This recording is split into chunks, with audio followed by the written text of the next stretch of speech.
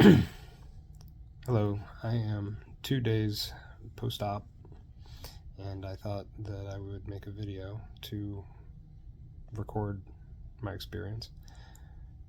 Pain meds are very important. They've been keeping me on Dilaudid and Percocet. That's been keeping my pain about a 2 or 3 for the most part. When the pain meds leave my system, my pain peaks to like a 7 or 8, and getting up is hard. So laying in bed, laying as flat as you can, is comfortable. Standing and walking for me was fine. Getting up was really hard. The dressing that they put on is very bulky, and they put a dilator in during the surgery, so when you sit, you feel all of that stuff push up. It's important to not move too much. I don't know if I did it myself, but I had some excess bleeding yesterday, and so that was a concern for today. I had gotten up yesterday and walked. Physical therapy had me walk, and I felt fine, but that might have opened up some wounds. On the other hand, it might have been blood that was in there from the surgery and it just hadn't come out. So I'm getting weird phantom sensations. Even with the dressing on, I can't see anything, but I can kind of feel where things are now. But the one thing that is kind of weird is the clitoris, because they left that tissue attached. My brain still thinks that it is in the normal place, like 6 inches in front of me, but it's moved. And so when I get sensations from that, it feels like it's in a different place, which is weird. So after I'm done with the dressing, I think there will be a period where my brain has to get used to where things are now.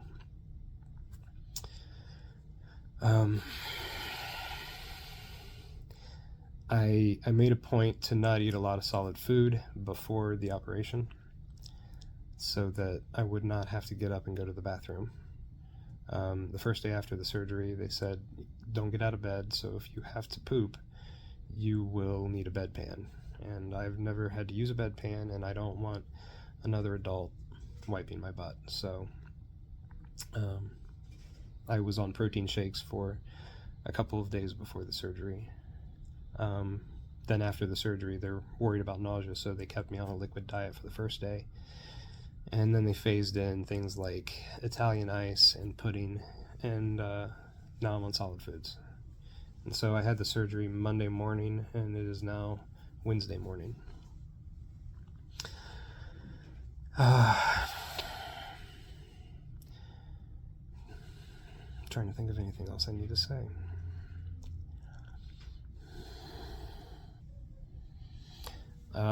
One thing about the surgery that I was not aware of beforehand, the anesthesiologist came in and explained that he would like to give me a spinal block.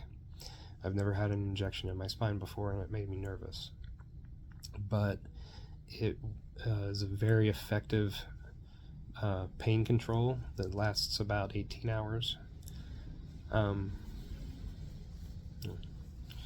I don't know if you can hear that. There's a helicopter taking off.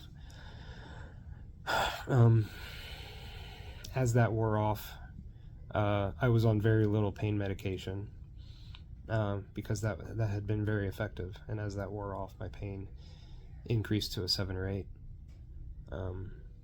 Then I had to kind of advocate for myself with the nurses that, okay, that's where my pain is.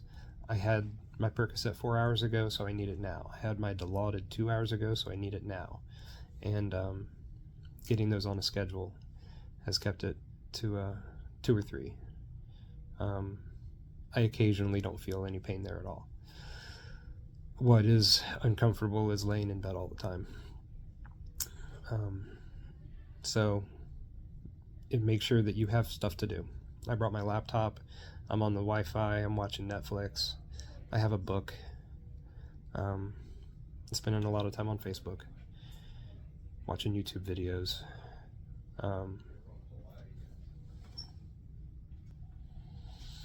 Make sure to drink lots of water. You will have a catheter in, so you don't need to get up. But the water that I've been drinking, my urine is, for the first couple of days, it was still yellow, even though I was just drinking water and I was getting IV fluids. So that indicates that the body is removing toxic chemicals. Could be a number of things, antibiotics that you're on, skin tissue breakdown from the surgery. Dead tissue gets broken down and recycled. And flushing that out keeps you from getting an infection. And you'll need to drink lots of water to make sure that your kidneys are working properly. There's another concern with taking the catheter out. When they take it out, you have to pee on your own before you can leave. And if you cannot pee on your own, then they put the catheter back in, and you have to go home with a catheter. The catheter is very uncomfortable. It doesn't bother me so much because I woke up with this sensation, but it sucks. And so once it's out, I'm certain that I'm not going to want it back in. Because I have intersex condition, and my bladder was, or not my bladder, sorry, my prostate was getting enlarged. I've been on Flomax for a few months. I found out that they give Flomax to people who have this procedure anyway, by default, women or, well, I guess trans women, but it's to keep the bladder moving. And so the Flomax is important for that first urination on your own. You want to be able to, you want to make sure that you can pee when they take the catheter out. So that's important. The dressing is, like I said, it was very bulky. They put a dilator in you that is, they take a condom and they fill it with a medical sponge, and then they vacuum all the air out of the sponge and insert that, and then remove the vacuum so that the sponge reinflates, and so that fills the space. So that's a lot of pressure, but that will certainly help with dilation in the beginning. I should be able to start off with a good width, not pencil thin.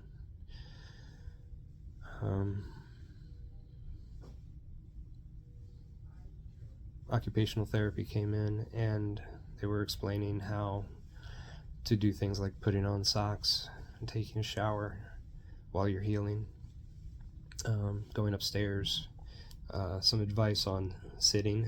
You don't want to sit up for the first couple of weeks. You'll want to lie down like this even at home. I have a reclining couch, so that's what I'm going to do.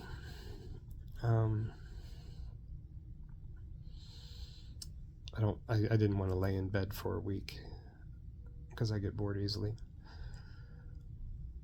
And then once the catheter is out, you're going to have to get up to go to the bathroom. So that's your exercise. Is just all you do is get up, go to the bathroom, and then go back and lay down.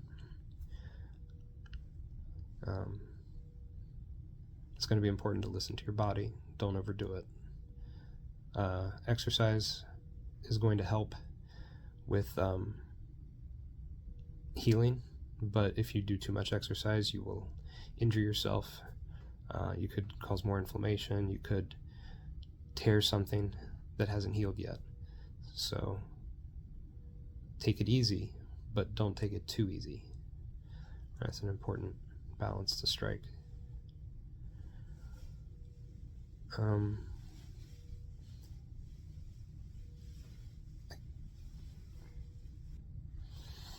should also point out about the spinal block.